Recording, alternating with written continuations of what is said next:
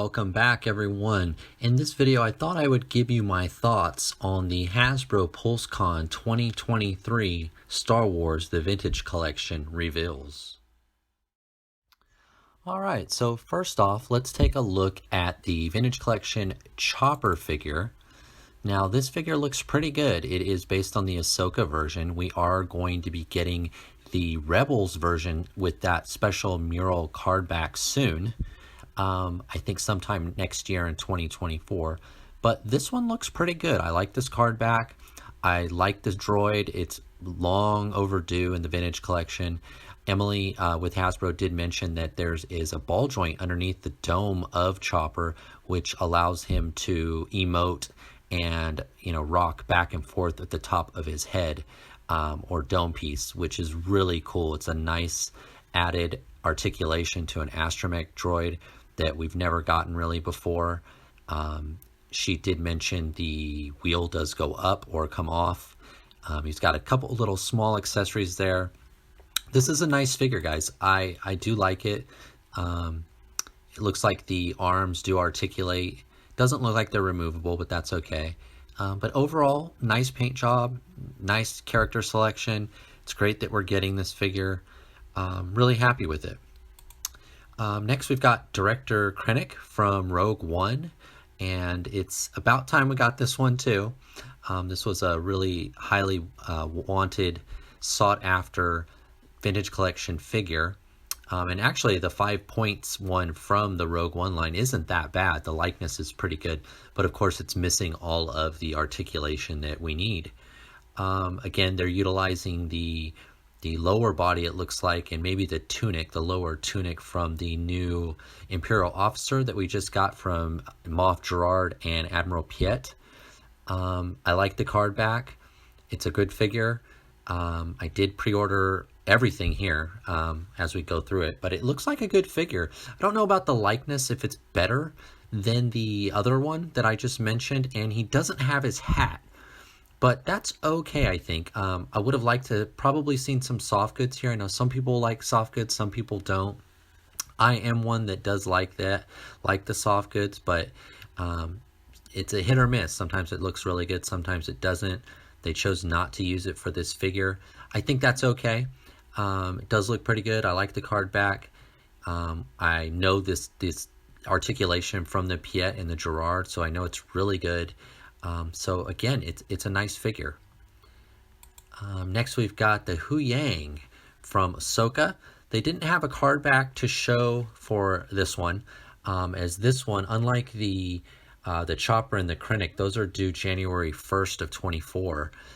Hu Yang isn't due until June 1st of 24. So he's a little bit ahead of schedule. I think they wanted to show people that we will be getting this figure by June 24. Ahsoka will be long over by then, as there's only 2 episodes left as I'm making this video. But it is nice that they showed them to us. He does look really good. He's got some nice accessories. He's got that backpack where he could spar with the Jedi younglings or anyone else. He's got a data pad. Looks pretty good. Pretty good. I like the character a lot. It's a good figure. Next, we've got the Jedi Knight Revan and the HK-47. This is going to get the Star Wars racetrack with the Galaxy of Heroes, I guess, name title block, which is new. I don't think they've ever used that before. These are going to be the first 2.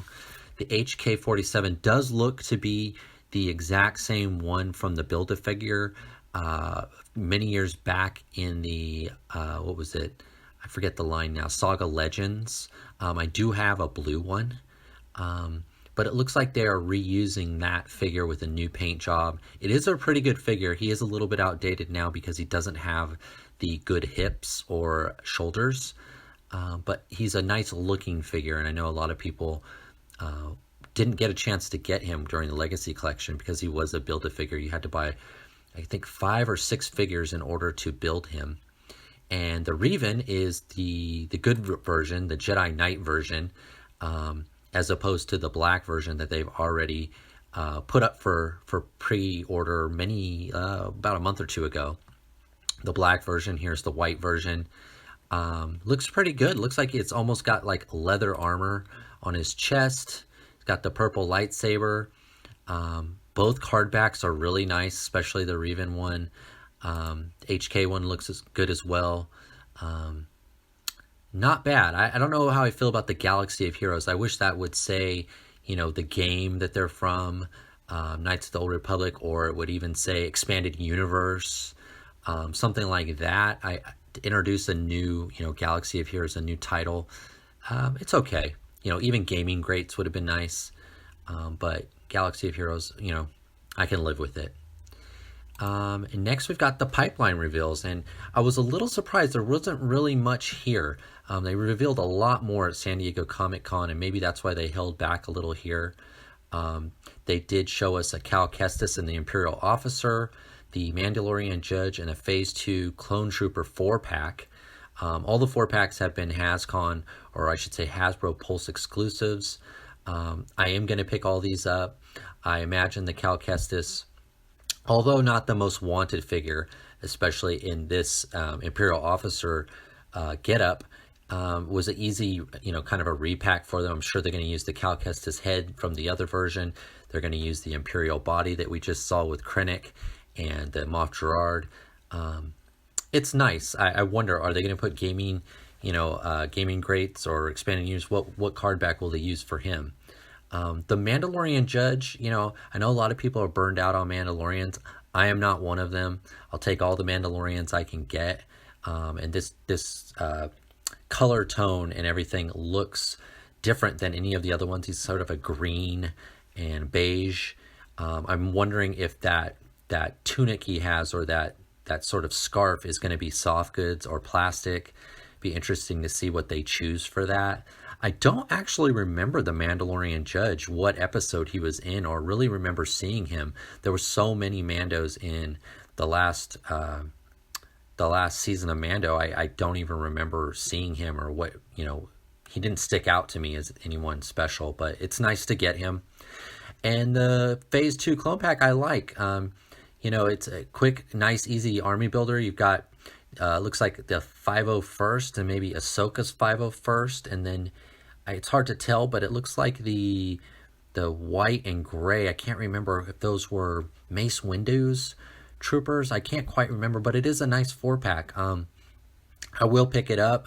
I imagine they're using the new clone body that they've been issuing lately, which is, you know, it's a great figure, you know, with all new helmets and new paint jobs. So I'm a little disappointed, I guess, that they didn't show Balin or his apprentice. I forget her name now.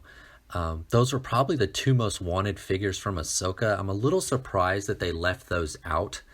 And then, of course, the Black Series got them. That's probably my biggest disappointment. And to be honest, they really didn't reveal much. But for you out there like me that ordered the Ghost, and you might have ordered the Jabba's Throne Room, you know, we just got charged for both of those items within the last 2 or 3 weeks. And the N1 fighter from Mando is, you know, supposedly on the way, so we're going to get charged for that too. I'm kind of okay with them not revealing so much stuff today, because it's, you know, less expensive for me. But overall, you know, I'm happy. It's not the most exciting bunch of figures and characters, but still, they filled in some holes with Krennic. We got Hu Yang. We got Chopper. Overall, I'm happy. Another Revan.